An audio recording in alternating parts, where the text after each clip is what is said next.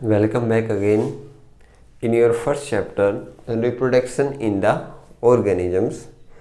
तो बच्चे हमने अब तक पढ़ लिया था कि what are the different phases in our life।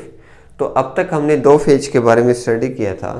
जो पहला फेज था वो था कौन सा, आपका जुवेनाइल फेज, और जो आपका सेकंड फेज था वो था रिप्रोडक्टिव फेज।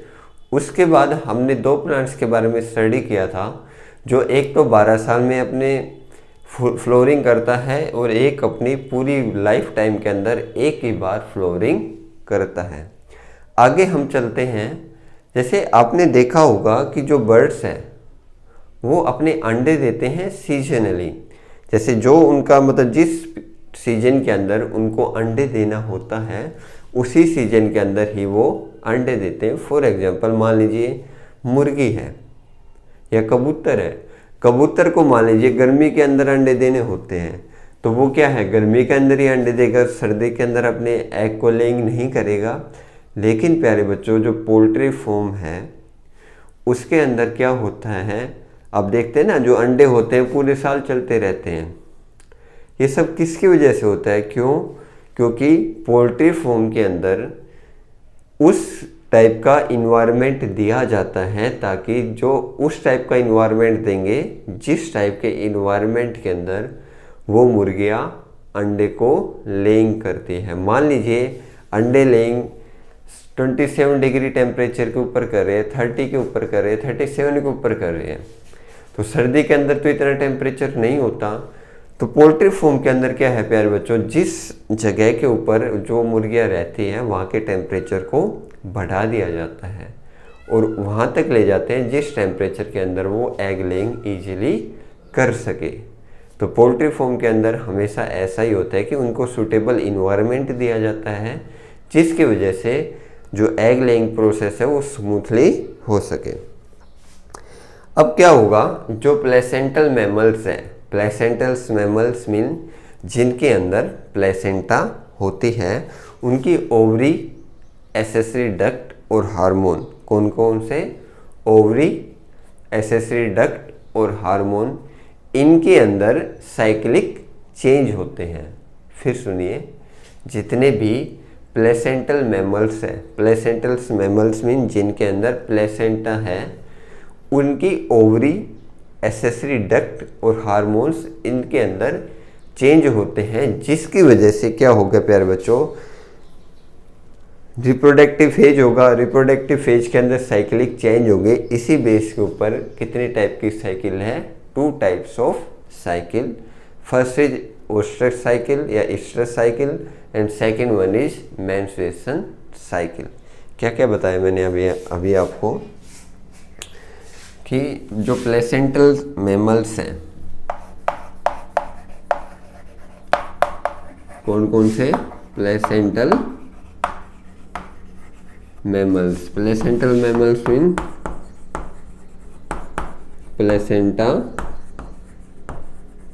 प्रेजेंट। तो इन मैमल्स में इनकी ओवरी,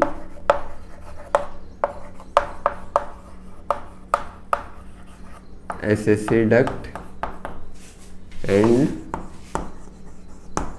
हार्मोन चेंज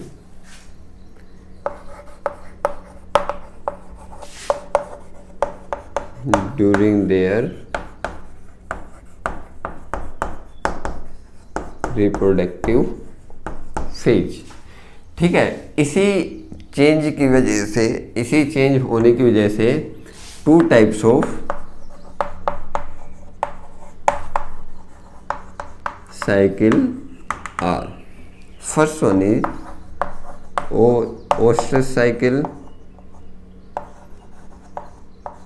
या काफ़ी बुक के अंदर इसको इस्ट्रस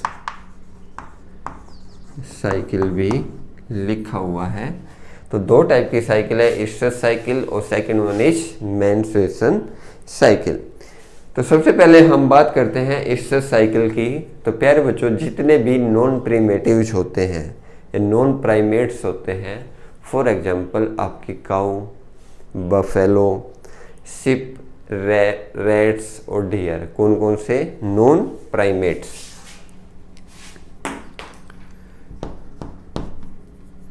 नॉन प्राइमेट्स कौन कौन से बताए प्यारे बच्चों? Cat,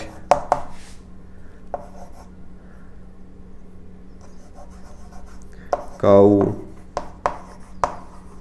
dear, rat, buffalo. ये क्या है? इस टाइप के ऑर्गेनिजम्स के अंदर या इन ऑर्गेनिजम्स के अंदर प्यारे बच्चों कौन सी साइकिल होती है? Oestrus cycle. एनसीईआरटी के अंदर आपको केवल इतना ही बताया गया कि नॉन प्राइमेट्स के अंदर ईस्ट्रस साइकिल होती है, लेकिन मैं आपको कुछ एक्स्ट्रा बताऊंगा कि during this cycle blood does not flow, मतलब उनकी जो बॉडी है उनसे ब्लड का फ्लो नहीं होता। फ्लो ऑफ ब्लड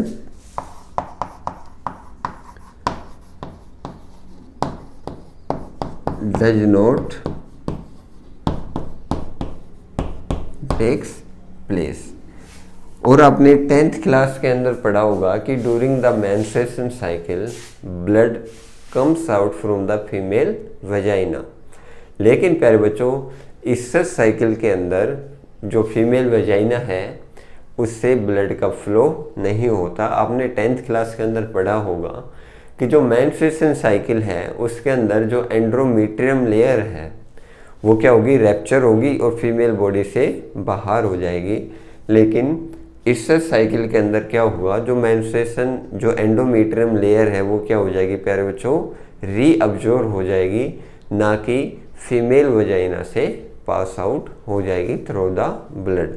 ऐसा नहीं होता। तो क्या होगा? Broken endometrium is reabsorb.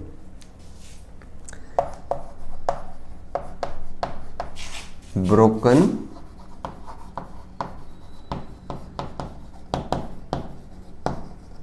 endometrium is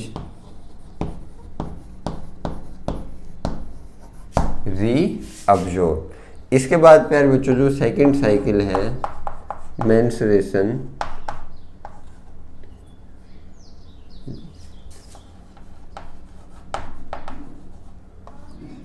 cycle, ठीक है। अब ईस्टर साइकिल और मेंस्ट्रुएशन साइकिल दोनों आपस में अपोजिट है। ये किसके अंदर देखने को मिलेगी? प्राइमेट्स के अंदर। Primates like monkey, gorilla and animals. Animals के अंदर कौन? Human being. इसके अंदर आपको मेंस्ट्रुएशन साइकिल देखने को मिलेगी। अब क्या होगा कि जो ईस्टर साइकिल है उसके अंदर ब्लड का फ्लो नहीं हुआ, लेकिन प्यारे बच्चों मेंस्ट्रुएशन साइकिल के अंदर ब्लड विल फ्लो। तो इसके अंदर सेकंड पॉइंट इसका अपोजिट लिखेंगे, blood will flow. Third point क्या था? Broken endometrium is reabsorb. इसके अंदर क्या होगा? Broken endometrium is comes out from the female body. Okay, broken endometrium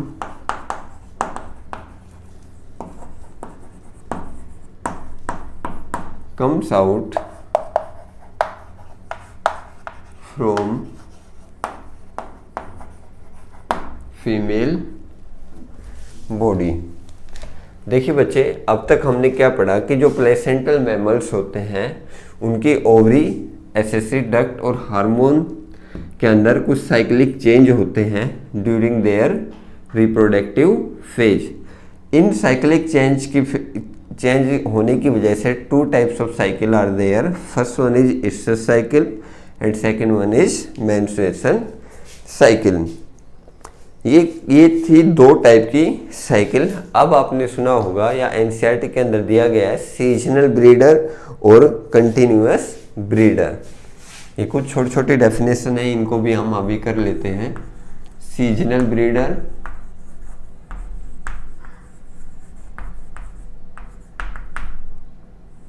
और सेकंड मैंने आपको बताया continuous breeder.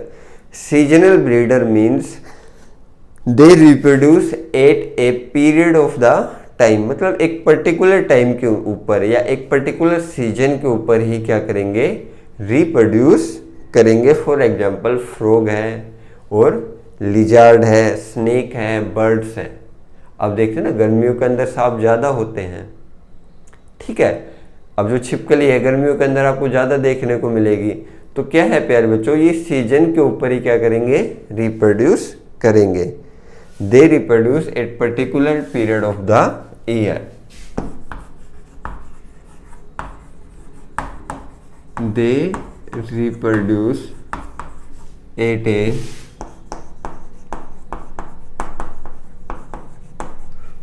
particular time in the year, for example frog,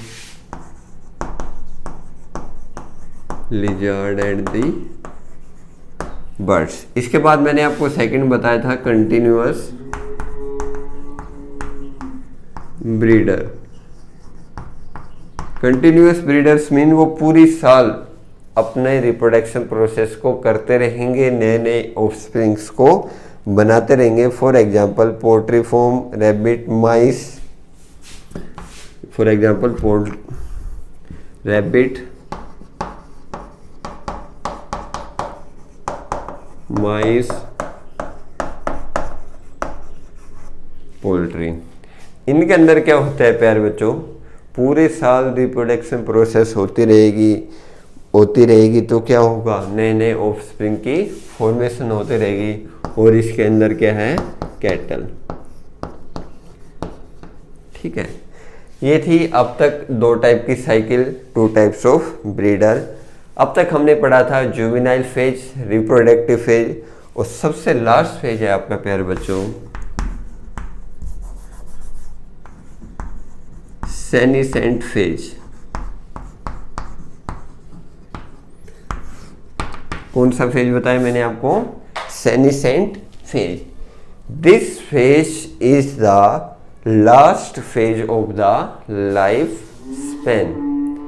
फिर सुनिए, this phase is the last phase of the life Spain.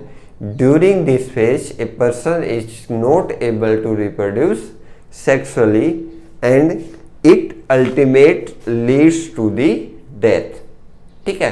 Sexually reproduce नहीं कर पाएगा और आखिरी में क्या हो गया प्यारे बच्चों, इस फेज के अंदर डेथ होना निश्चित है। तो क्या लिखेंगे, it is the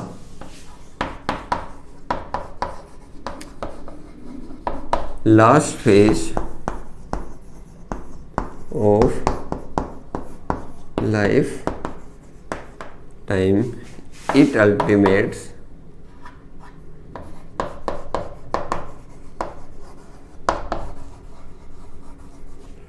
leads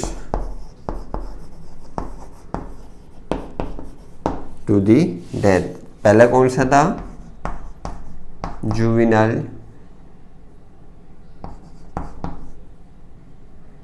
juvenile phase.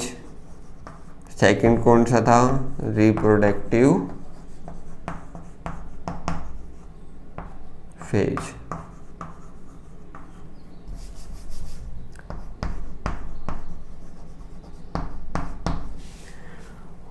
Okay बच्चों, अब इसके बाद एनसीईआरटी के नेक्स्ट टॉपिक है event in the sexual reproduction, pre fertilisation event, fertilisation event and the post fertilisation event.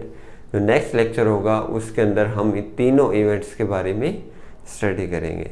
Hope so आपके जितने भी डाउट हैं वो अब क्लियर हो जाएंगे। And thanks a lot, have a nice day.